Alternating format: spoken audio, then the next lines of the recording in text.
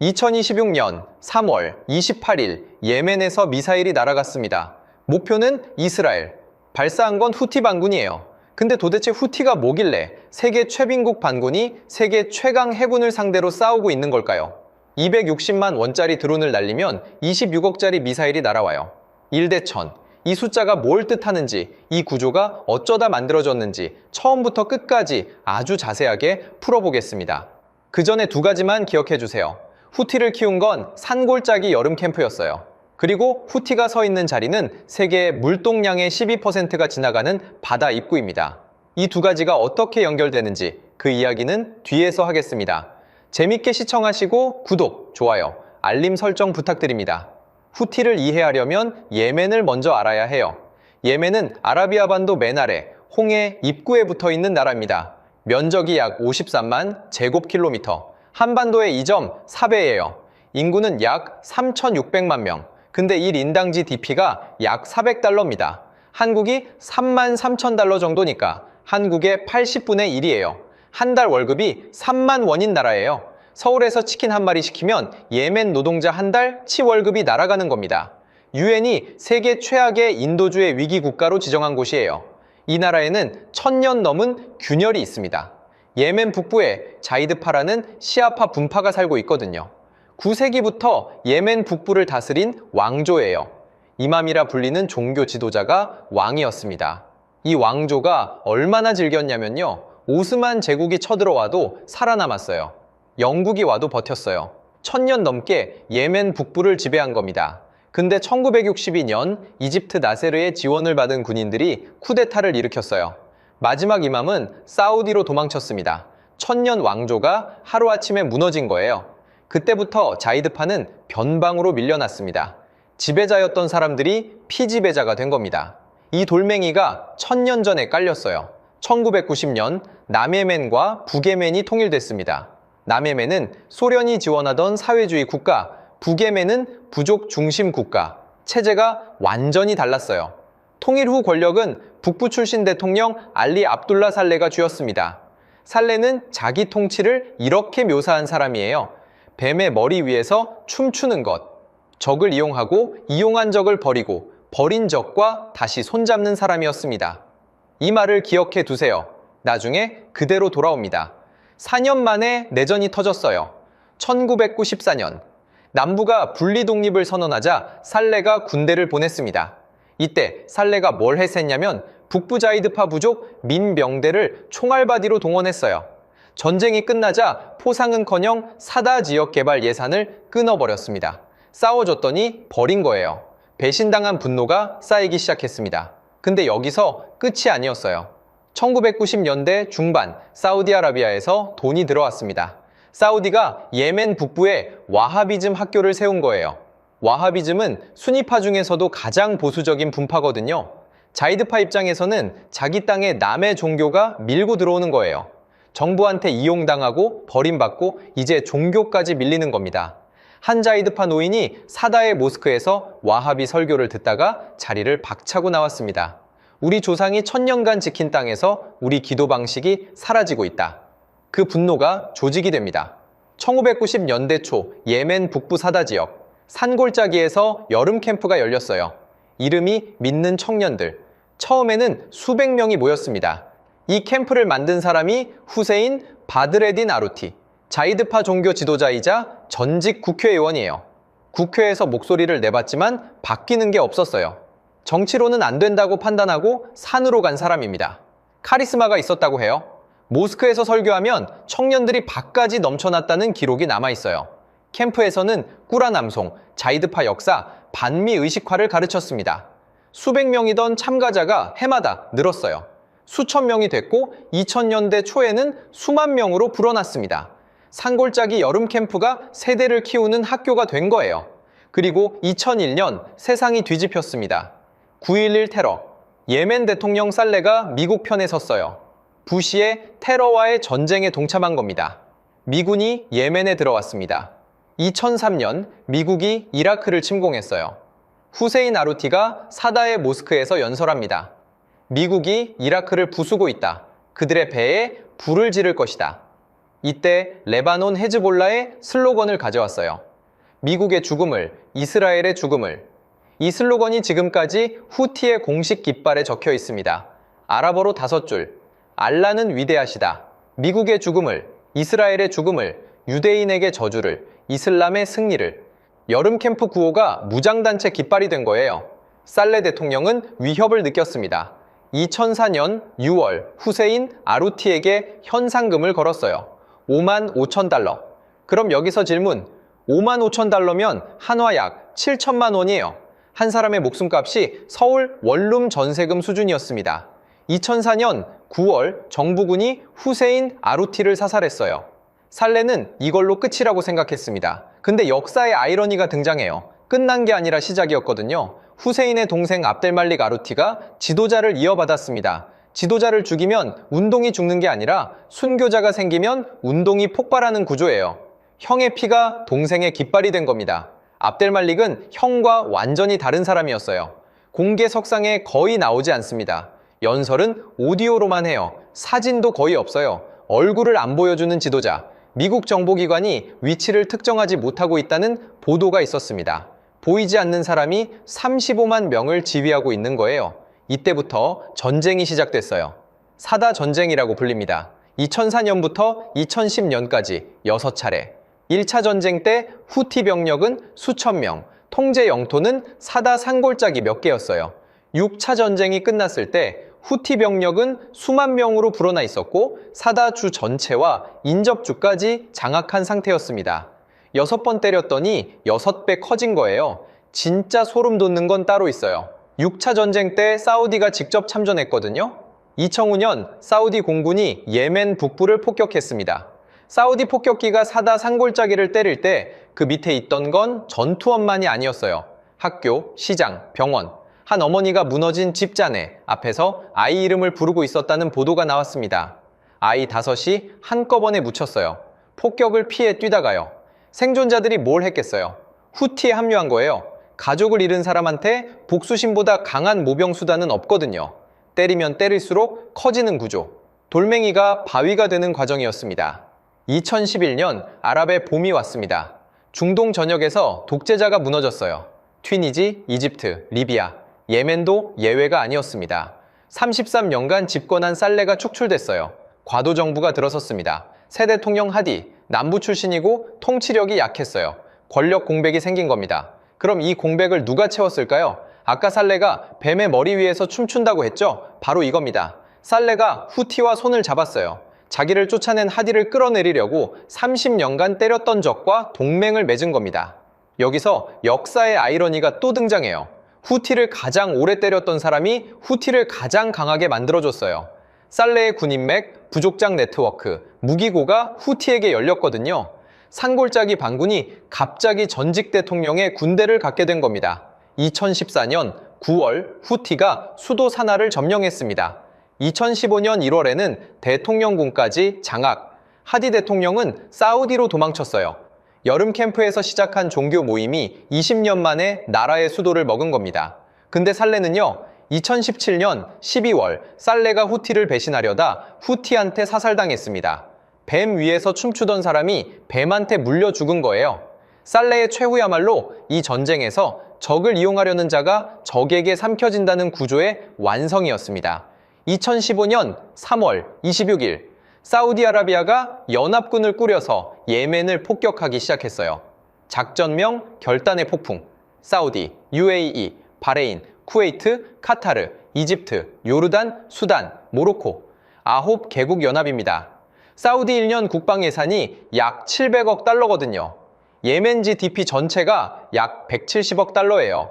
올림픽 종합 우승팀이 동네 운동회를 폭격한 거예요. 그것도 9개 팀이 합쳐서요. 7년을 때렸습니다. UN 추산 사망자 약 37만 7천 명. UN 인도주의 조정관이 말했어요. 예멘은 지난 50년간 세계 최악의 인도주의 위기입니다. 인구의 80%, 약 2,100만 명이 인도주의 지원이 필요한 상태가 됐어요. 한국 전체 인구의 40%에 해당하는 숫자입니다. 예멘의 한 구호소에서 아이가 팔뚝만한 팔로 밥그릇을 들고 서 있는 사진이 세계를 돌았습니다. 그 아이 뒤로 줄이 수백 미터였어요. 근데 후티는 안 무너졌습니다. 오히려 더 커졌어요. 전쟁 전에 사다 한 주를 통제하던 반군이 전쟁 후에는 예멘 영토의 25%를 장악했어요. 인구의 70% 이상이 후티 통제 지역에 살게 됐습니다. 역사의 잔인한 역설이에요. 7년간 폭격해서 37만 명이 죽었는데 폭격한 쪽이 진 겁니다. 후티는 수도를 유지했고 사우디는 결국 예멘에서 손을 뗐어요. 그럼 후티가 어떻게 9개국 연합군을 버텼을까요? 그로부터 4년 전 2019년 9월 14일 새벽으로 가야 합니다. 이날 밤에 세상이 후티의 무서움을 처음 알게 됐거든요. 사우디아라비아 동부 세계 최대 석유 처리 시설 아부카이크, 동시에 쿠라이스 유전, 드론 18대와 순항 미사일 7발이 날아왔습니다. 25발이에요. 고작 25발. 이 25발이 세계 석유 생산의 5%를 멈췄습니다. 사우디 하루 생산량 980만 배럴이 410만 배럴로 반토막 났어요. 570만 배럴이 하루아침에 증발한 겁니다. 다음날 국제유가가 15% 폭등했어요. 아부카이크에는 미국산 패트리어트 방공 시스템이 깔려 있었거든요. 수십억 달러짜리 방어망이 25발을 하나도 못 막은 겁니다. 한 아람코 직원이 새벽에 잠옷 차림으로 기숙사를 뛰쳐나왔다고 합니다. 하늘이 주황색이었대요. 후티가 소행이라고 주장했어요. 미국은 이란을 지목했습니다. 누가 쐈든 핵심은 같아요.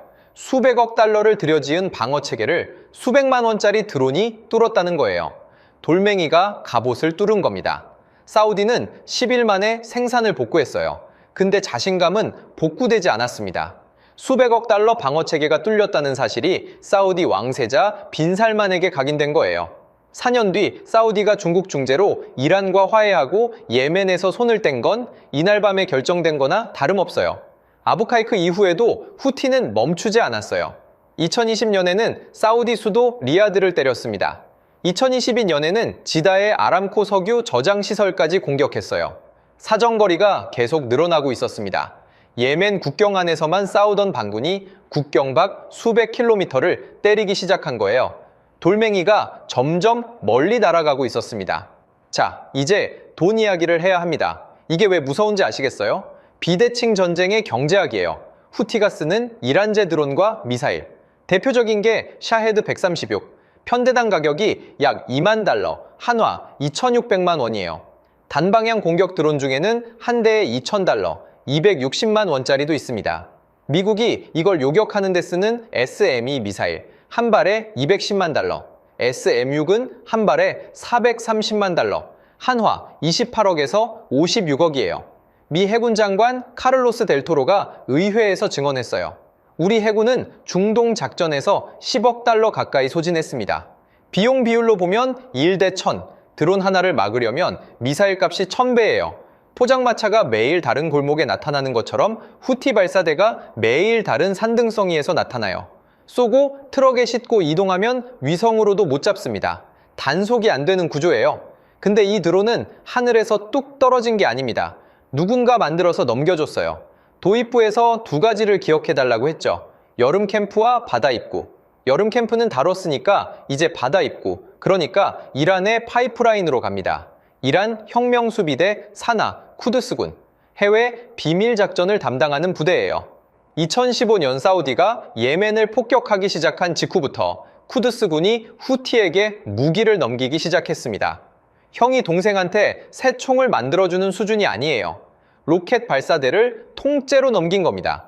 샤헤드 136 드론, 카데르 대함 미사일, 사거리 약 300km, 부르칸3 탄도미사일, 사거리 1200km 이상, 이스라엘까지 닿는 거리예요. 기술 이전이에요. 완제품을 주는 게 아니라 만드는 법을 가르쳐 준 거예요. 미국 국방정보국 보고서에 따르면 이란은 해상 밀수 루트를 통해 부품과 설계도를 지속적으로 전달했습니다. 밀수 경로는 3갈래였어요. 이란에서 선박에 실어 오만 해역을 거쳐 예멘 해안으로 직접 들여오는 앞문 루트, 소말리아, 알샤바브를 거치는 뒷문 루트, 이라크와 시리아를 거쳐 육로로 들여오는 루트. 미 해군이 수차례 적발했어요. 2024년 한 해에만 수천 점의 무기 부품이 압수됐습니다. 납포된 밀수선 위에서 미사일 부품이 어망에 섞여 있었다는 보도가 나왔어요. 근데 막아도 계속 들어왔습니다. 바다가 넓고 경로가 여러 개니까요. 잠깐 생각해 보세요. 이란이 후티에게 준 건 무기만이 아니에요. 전략이에요. 비싼 적에 비싼 무기를 싼 무기로 소모시켜라. 이 전략의 이름이 비대칭 전쟁이고 후티는 이 교과서의 모범생이 된 겁니다. 이제 현재로 옵니다. 2023년 10월 7일 하마스가 이스라엘을 공격했어요. 가자 전쟁이 시작됐습니다. 후티가 움직였어요. 팔레스타인을 위해 싸우겠다.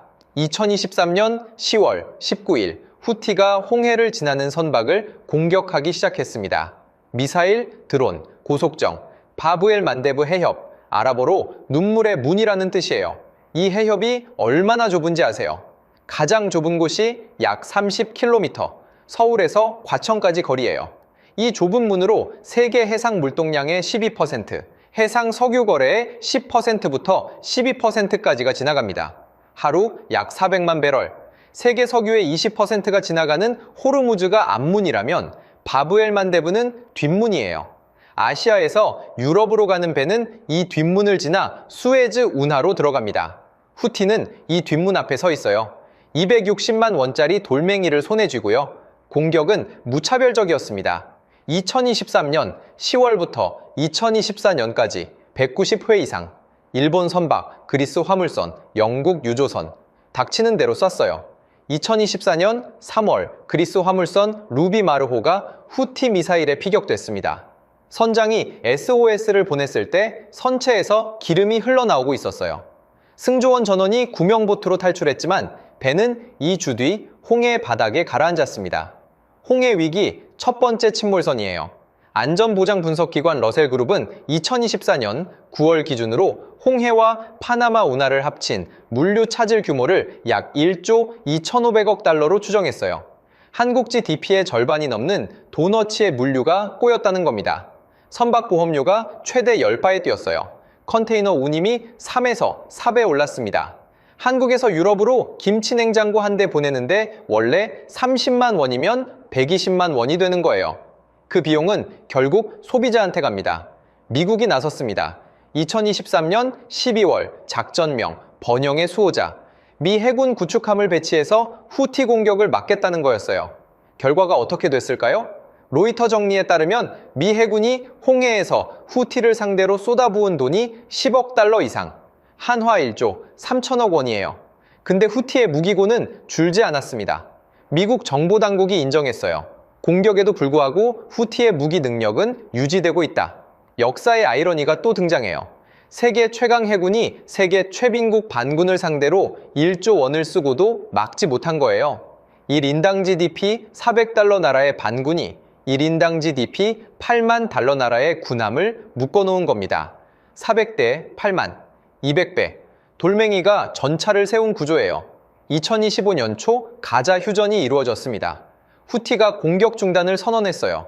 후티는 처음부터 팔레스타인을 위해 싸운다고 했거든요.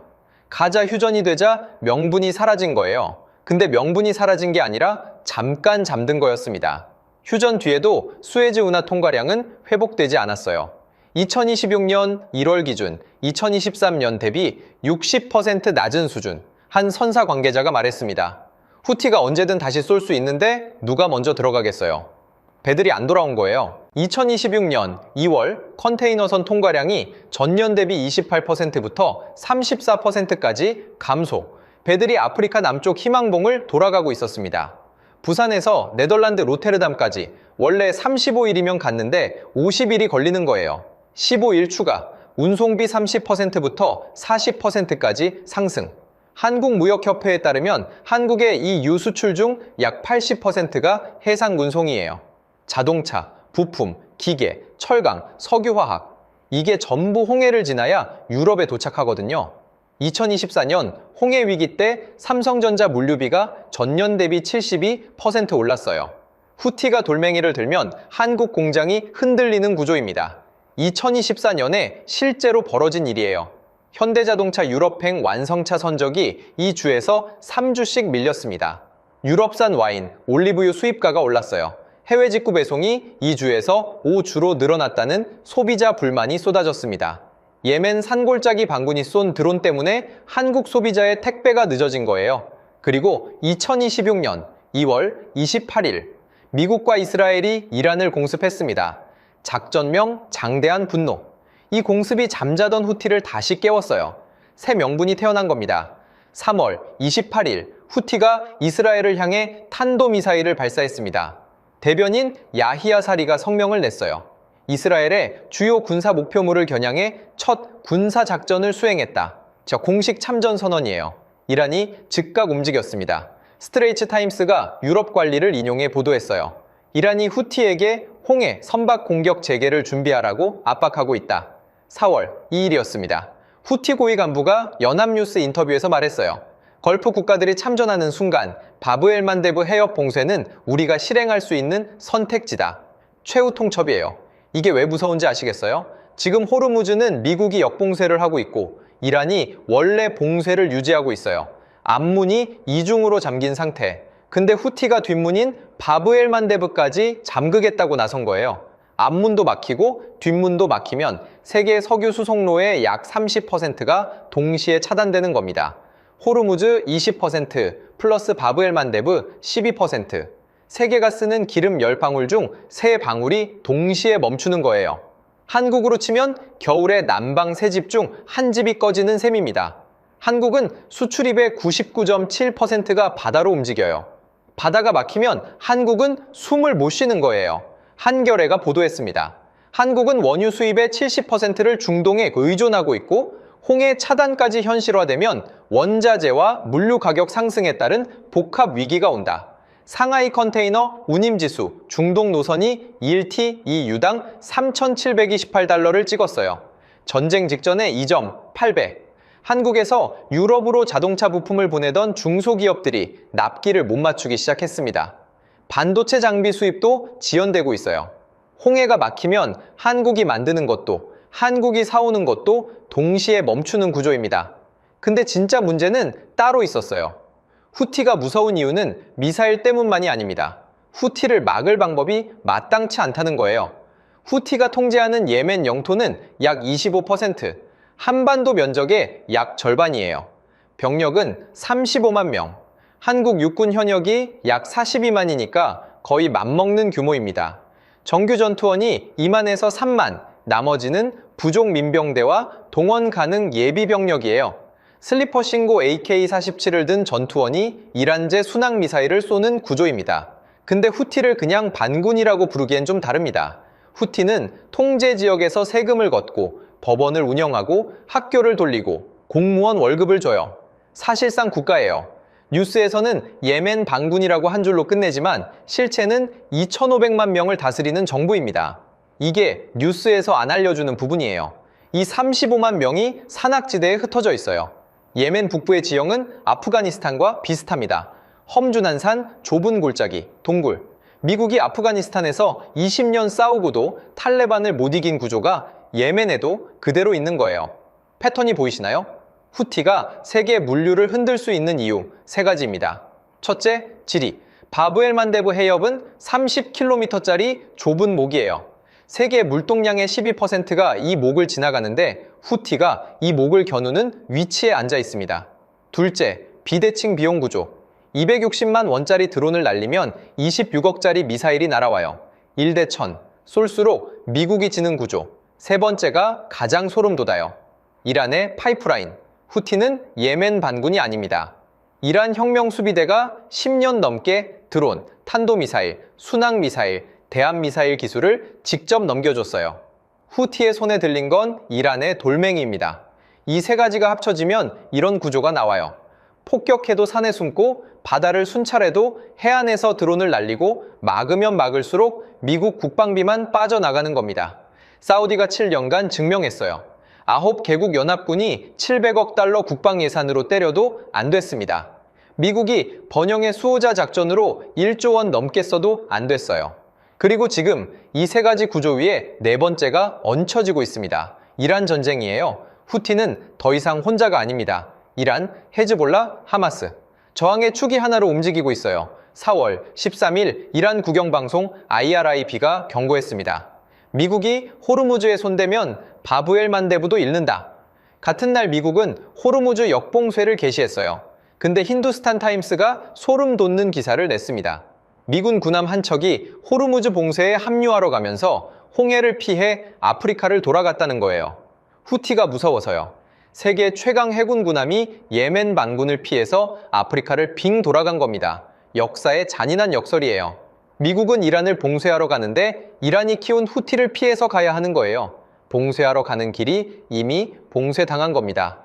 이 모든 구조를 정리해 보겠습니다. 1990년대 산골짜기 여름 캠프에서 시작한 종교 모임이 지도자가 죽으면서 반군이 됐어요. 반군을 때리니까 더 커졌어요. 살레가 이용하려다 삼켜졌어요. 이란이 무기를 넘기면서 군대가 됐어요. 수도를 점령했어요. 사우디 석유 시설을 마비시켰어요. 홍해를 막았어요. 미 해군 1조 원을 태웠어요.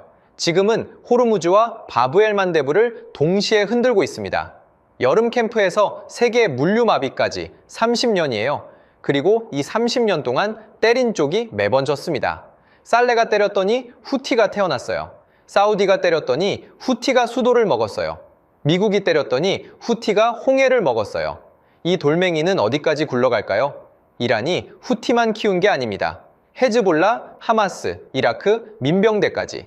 이 파이프라인의 전체 그림, 저항의 축이 도대체 뭔지 그 이야기는 다음 영상에서 풀겠습니다. 다음에 뉴스에서 홍해 봉쇄라는 단어가 뜨거든요. 딱 한 가지만 생각해 보세요. 저 반군의 드론 한 대가 260만 원이고 그걸 막는 미사일 한 발이 26억이라는 걸요. 1990년대 산골짜기에서 주워 올린 돌멩이가 30년이 지난 지금 이 순간에도 세계 물류의 목을 조이고 있습니다. 영상이 유익했다면 구독, 좋아요, 알림 설정 부탁드립니다.